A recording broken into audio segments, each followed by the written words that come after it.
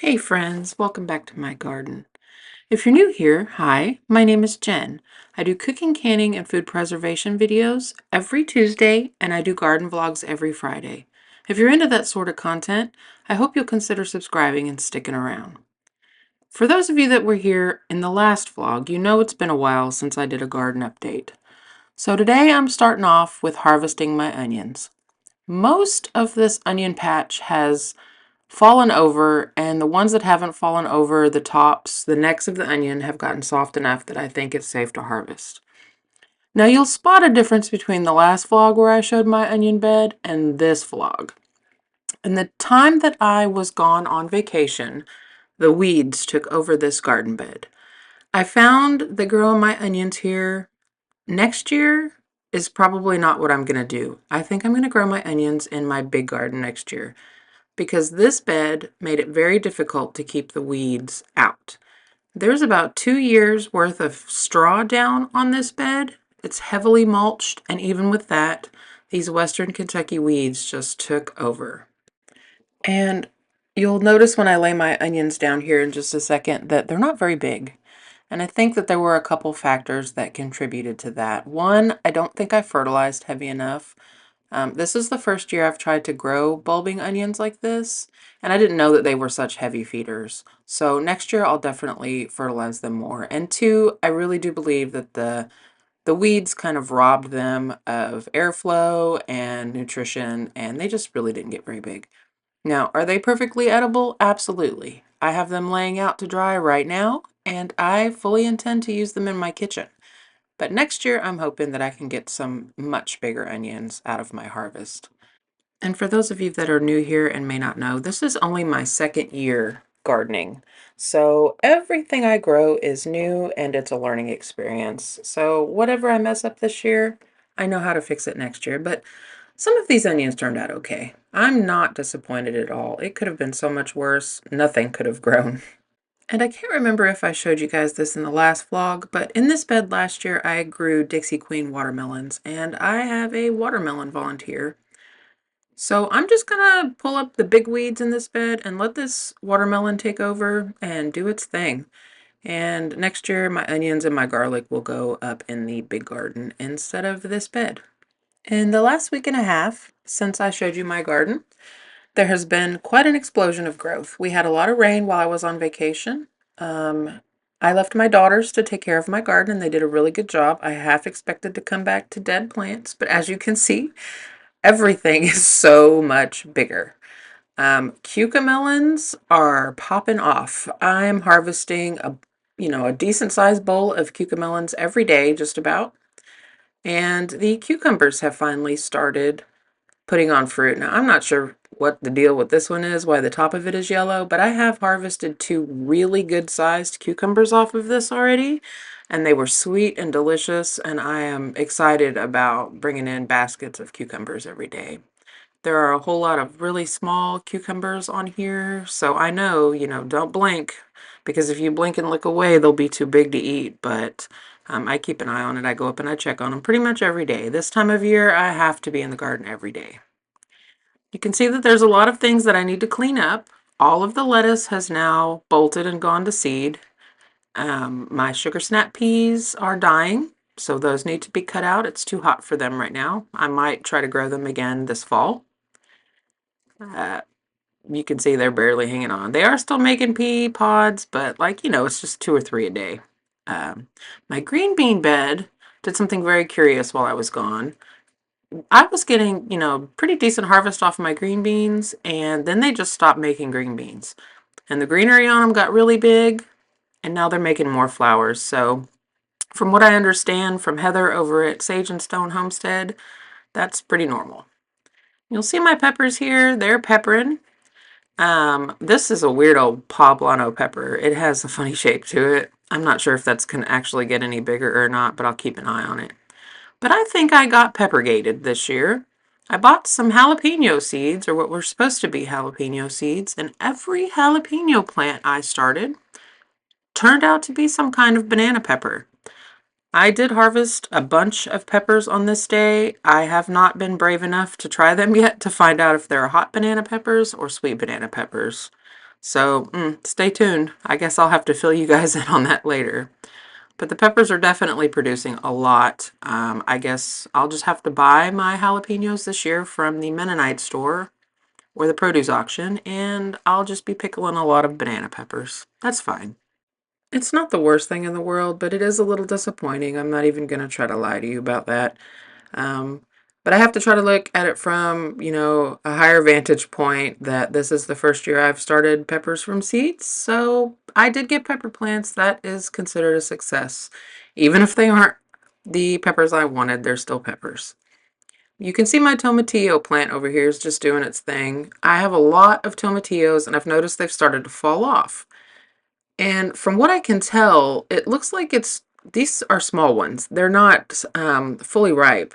The skins on them weren't split completely open and they're pretty small. So I'm not sure if it was the wind. We had a couple of storms come through. I don't know if the wind knocked them loose or if they were just ready and went ahead and let go, but there are still a ton of them on this plant. And I'm harvesting tomatillos pretty much every day. I'm pretty happy about that. But as you can see, it is getting kind of unruly. It's too big for the trellis that I have for it. And so I'm just going to kind of hope for the best at this point. And it's from here on in the garden that you're going to see that hope for the best is kind of my whole theme for the garden this year. These are my tomatoes. These are Ruby Monster tomatoes. Indeterminate isn't what I decided to grow this year because I didn't have appropriate trellising set up and I wasn't going to be able to. So I grew determinate tomatoes. I didn't think that I would really need to trellis them, but then we had a tornado and we had a lot of really nasty storms and it kind of blew them down and the fruit are really heavy. And I jokingly said, I'm growing chaos tomatoes this year. And I think when I said that, the tomatoes were listening. So they've just gone feral. They're doing what tomatoes do and they want to crawl across the ground. Now, I don't have any pests, knock on wood. I haven't found any hornworms. I haven't found anything crawling in my tomatoes. I haven't found any bug holes in any of the tomatoes I've harvested. I don't see any disease on my plants, so I'm just going to let them do their thing. I'm not going to bother them because at this point, I think if I tried to stand them up, I'm going to disrupt roots that they've already set down in the soil, and I just really don't want them to die before my fruit can get ripe. And then there's this monstrosity down here on the end of my garden. That, ladies and gentlemen, is a super sweet 100 tomato. Nobody told me that these things get gigantic. It has grown all the way up a T-post, and it has overflowed in every direction out of the bed and into the walkway. Even my little spoon tomatoes. These are supposed to be a patio variety of tomato, just a tiny little cute thing that you can grow in a pot. And those even have overflowed out into the walkway. So apparently, this garden year for me is just going to be the year of the feral tomato plants. I'm just going to run with it. There's not very much I can do about it at this point. And if you see here, something seems like it's missing on the end. I had to cut the big borage out that was growing here as a volunteer. The stem on it was as big as my wrist, and it was crowding out the super sweet 100 that wanted to go crazy. And I had to cut out my volunteer yellow squash. It wasn't really volunteer, it was more like accidental. It was doing really well, and then when I got back from my vacation, it just was covered in squash bugs. So I cut it out and put it in the burn pile. But yeah, tomatoes everywhere. I have to be very careful when I'm walking down here on the end, but I'm about to show you something that is very embarrassing. This is the bed where my cabbages were. This is about 2 weeks of weeds unattended. There's some volunteer borage in there. There's a cabbage that I left that never really headed up. But the rest of this is crabgrass, growing in between the kale, growing out of the sides of the bed. So between the lettuce that needs cut out and the snow peas, the sugar snap peas, I have some work ahead of me. So hopefully in the next vlog I'll be able to update you on those beds. I did notice that I have some zucchinis growing finally. This is just more proof that you should never really give up on your plants, because 90% of this garden I thought was going to die at one point. And you can see here, I'm constantly fighting the squash bugs. I'm determined. I got one yellow squash. If I can just get one zucchini, I'll be happy. But I'll just scrape these seeds off with my thumb. My thumb will be forever unclean. And I'll check the next day for more squash bug eggs, because they are crazy right now. Every day, more eggs to be scratched off. But yeah, I didn't think half of these. You can see there's a teeny tiny zucchini plant down there. A lot of them were doing that. Some of them bounced back and got big, and the rest of them just kind of curled up and died. But 2 of them are doing really well. Same goes for this basil down here. Do you remember in my last vlog where I said I was just going to let it go to flower because I was pretty sure it was going to die? And look at it. I'm filming this after I just did a very heavy pruning of this to make a pasta dish for dinner. Even my flowers that I thought were going to die are coming back. This is called a straw flower. It's my first year trying to grow it. The bees really seem to like it.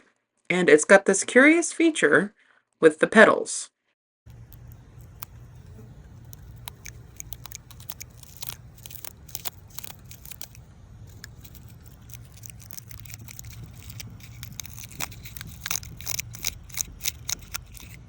The petals sound like they're made out of plastic, and I just think that's too neat. That is super cool.